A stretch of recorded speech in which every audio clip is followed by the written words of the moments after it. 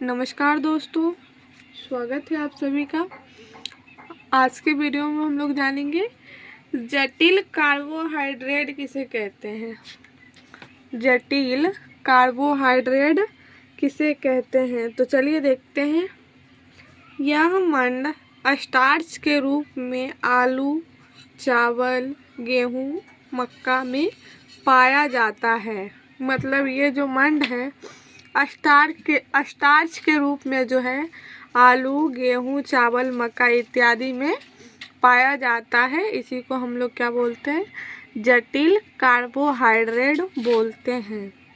तो उम्मीद है कि आप लोग समझ गए होंगे। इसी प्रकार की वीडियो देखने के लिए हमारे चैनल मातृभाषा से जुड़े, यहाँ आपको सारी परिभाषा मिल जाएगी। तो मिलते हैं आपसे हम नेक्स्ट वीडियो में। तब तक के लिए धन्यवाद।